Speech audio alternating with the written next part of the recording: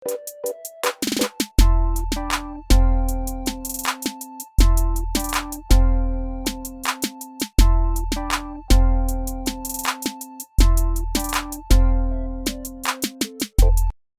Friends, hello viewers, Nagaveni Achar's ಕಿಚನ್ಗೆ ನಿಮ್ಮೆಲ್ಲರಿಗೂ ಸ್ವಾಗತ. Welcome to my kitchen. Friends, ಇವತ್ತಿನ ರೆಸಿಪಿ ಇನ್ಸ್ಟೆಂಟ್ ಚುರುಮುರಿ.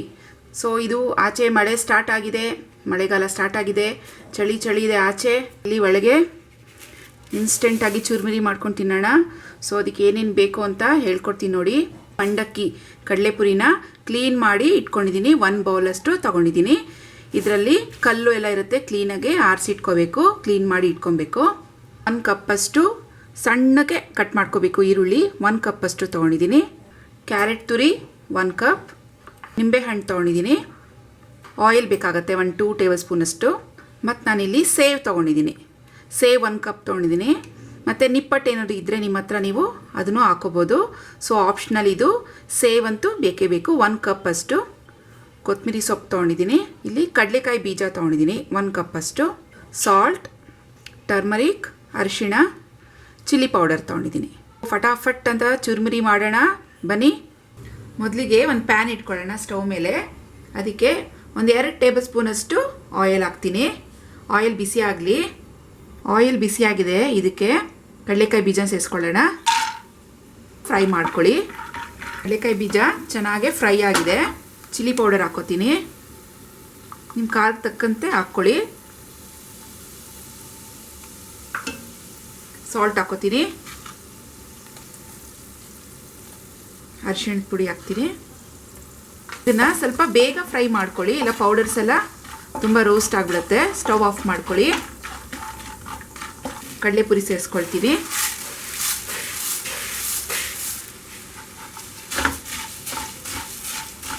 ಸ್ಟವ್ ಆಫ್ ಆಗಿರಬೇಕು.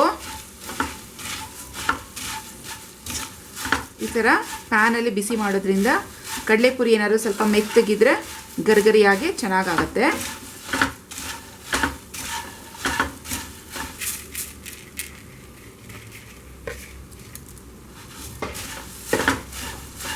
ಇವಾಗ ಇದನ್ನು ಕೆಳಗಿಳಿಸ್ಕೊಳ್ಳೋಣ. ಈರುಳ್ಳಿ, ಕ್ಯಾರೆಟು ಎಲ್ಲ ಹಾಕೋದ್ರಿಂದ ಬೇಗ ಪುರಿ ಮೆತ್ತಗಾಗ್ಬಿಡುತ್ತೆ.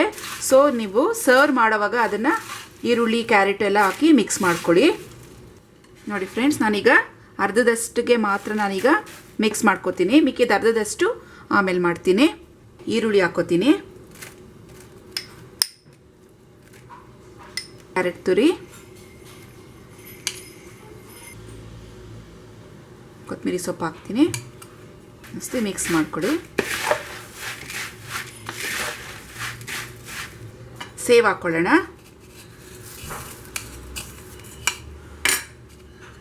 ನಿಪ್ಪಟ್ಟಿದ್ರೆ ಈ ಥರ ಪುಡಿ ಮಾಡಿ ಹಾಕ್ಕೊಳ್ಳಿ, ಟೇಸ್ಟ್ ಚೆನ್ನಾಗಿರುತ್ತೆ.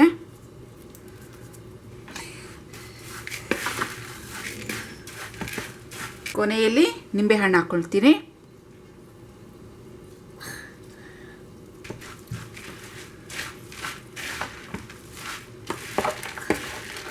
ನೋಡಿ, ಈ ಥರ ಪೇಪರಲ್ಲಿ ಪಟ್ನ ಕಟ್ಕೊಳ್ಳಿ. ಮಕ್ಕಳಿಗೆ ತುಂಬ ಇಷ್ಟ ಆಗುತ್ತೆ ಈ ಥರ ರೆಡಿ ಮಾಡಿ ಕೊಡೋದ್ರಿಂದ.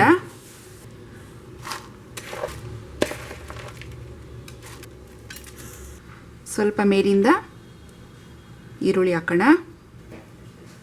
ಕ್ಯಾರೆಟ್ ತುರಿ ಹಾಕ್ತೀನಿ. ಮಿರಿ ಸೊಪ್ಪು ಹಾಕೋಣ. ಸ್ವಲ್ಪ ಸೇವ್ ಹಾಕೋತೀನಿ.